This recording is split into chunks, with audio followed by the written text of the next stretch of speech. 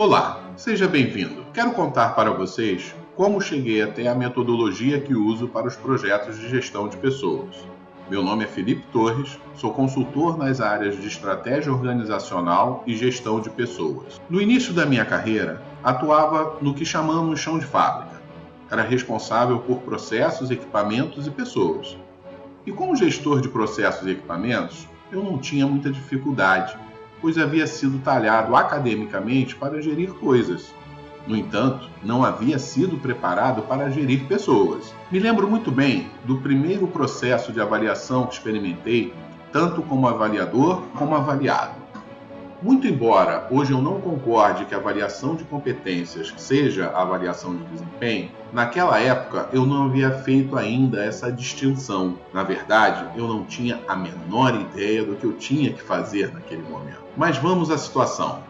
Recebi uma espécie de caderno para que eu avaliasse cada um dos meus subordinados, pares e até mesmo o meu chefe, com relação a alguns itens, como foco em resultados, liderança e por aí vai. Era mais ou menos assim.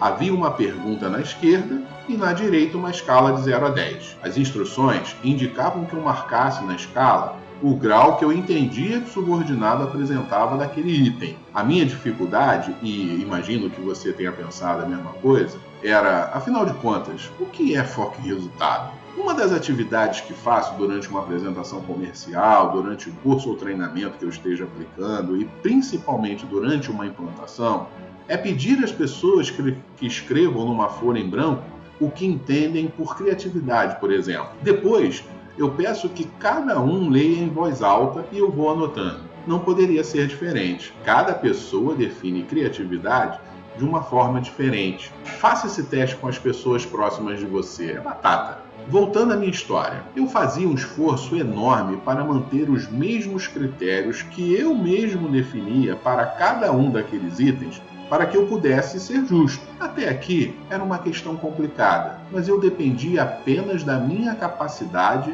de definir os critérios, na minha cabeça, é claro, e reproduzi-la igualmente para todos os subordinados. Muito bem, acontece que a próxima etapa era ainda mais nebulosa, pois eu tinha que dar o famoso feedback para cada um deles. Então acontecia mais ou menos assim: eu me sentava com cada um deles e ia contando o que eu havia percebido em cada um dos itens. Para os itens que estavam acima de um certo valor, eu não perdia muito tempo, pois reforçar coisas positivas não apresenta muita dificuldade. Mas para falar dos itens que o subordinado apresentava alguma dificuldade, nossa, era um transtorno para mim. Como explicar o que eu havia imaginado ser foco em resultado? Como explicar um 6 e por que não um 7, um 8? Esse cenário melhorou um pouco, à medida que encontrei ao menos a possibilidade de dar uma definição de cada competência, já como consultor em projetos de gestão de pessoas. Mas o problema ainda não havia sido resolvido, não pelo menos na minha cabeça, pois quando usamos uma definição, com vários conceitos e até alguma possível evidência objetiva no meio da definição, o problema agora era entender, com o resultado das avaliações na mão, o que deveria ser desenvolvido em cada colaborador. Quando um gestor dava uma determinada nota, ficava a dúvida: que parte da definição da competência o colaborador não entregava? Bom, o tempo passou. E alguns anos depois, na busca de soluções para os resultados dos projetos de cliente misterioso, um outro tipo de projeto com que trabalhava e trabalho até hoje, que sempre apontavam e apontam para oportunidades de melhoria na área de gestão de pessoas, de processos, de gestão e por aí vai, me deparei com a metodologia do inventário comportamental, proposta por Rogério Leme. Eu estava diante de uma ferramenta fantástica que iria mudar por completo o rumo dos meus projetos e do meu pensamento. Quero aproveitar e publicamente agradecer ao Rogério e dizer o quanto sou grato por ter tido contato com ele e até hoje sermos parceiros nessa área.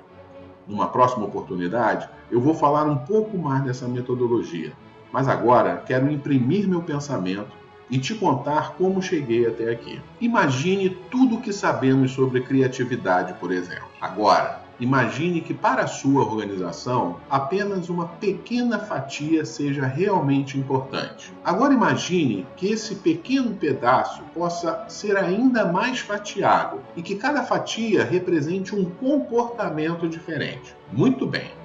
Está definido o que criatividade significa para a sua organização. Pode parecer bobagem ou até mesmo simples demais, não é? Mas imagine agora os desdobramentos disso nos subsistemas de RH. Na minha história, contei apenas a minha dificuldade para o processo de avaliação dos colaboradores subordinados a mim, não foi? Mas, assim como eu, você já precisou selecionar alguém, promover alguém e por aí vai, na verdade. E como você consegue selecionar alguém para ocupar uma determinada função que precise, por exemplo, de flexibilidade? Vai perguntar para o candidato se ele tem flexibilidade? Ora, você já sabe o que ele vai responder. Sou flexível desde pequenininho. Não seria interessante traduzir flexibilidade em perguntas que demonstrem as pequenas fatias para que o candidato possa associar a experiências passadas? Seria fantástico, não é mesmo?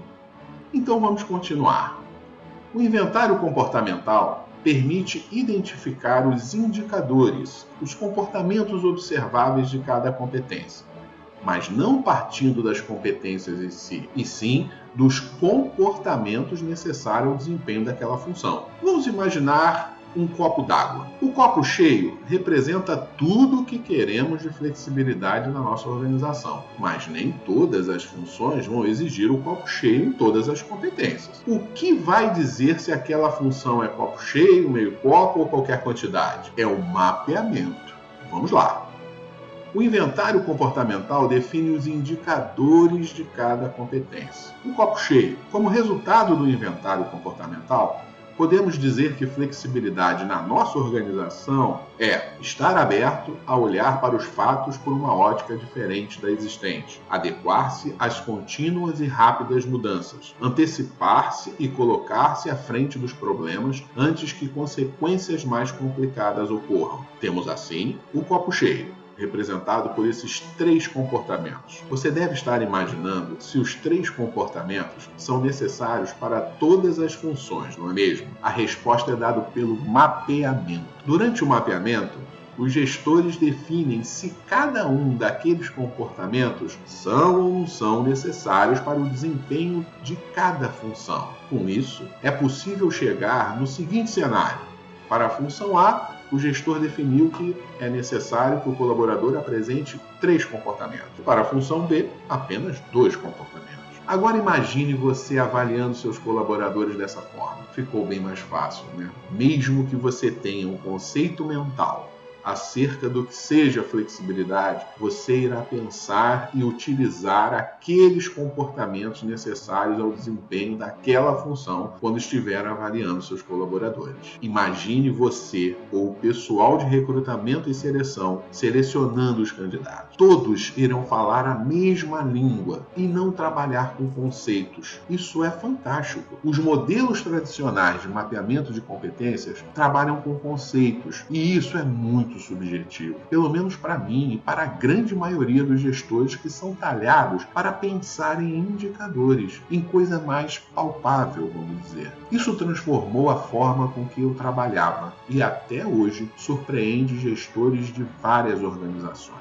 Bem, foi assim que cheguei nesse universo chamado gestão por competências. Eu sei que você ficou curioso e está cheio de dúvidas e perguntas com relação ao processo. Se você não quer esperar o próximo vídeo, você pode fazer contato agora comigo, ou dar um Google e procurar informações na internet, ou até mesmo, e melhor, comprar o livro do Rogério que fala detalhadamente e com muito mais propriedade. Muito obrigado pelo seu tempo e até a próxima oportunidade.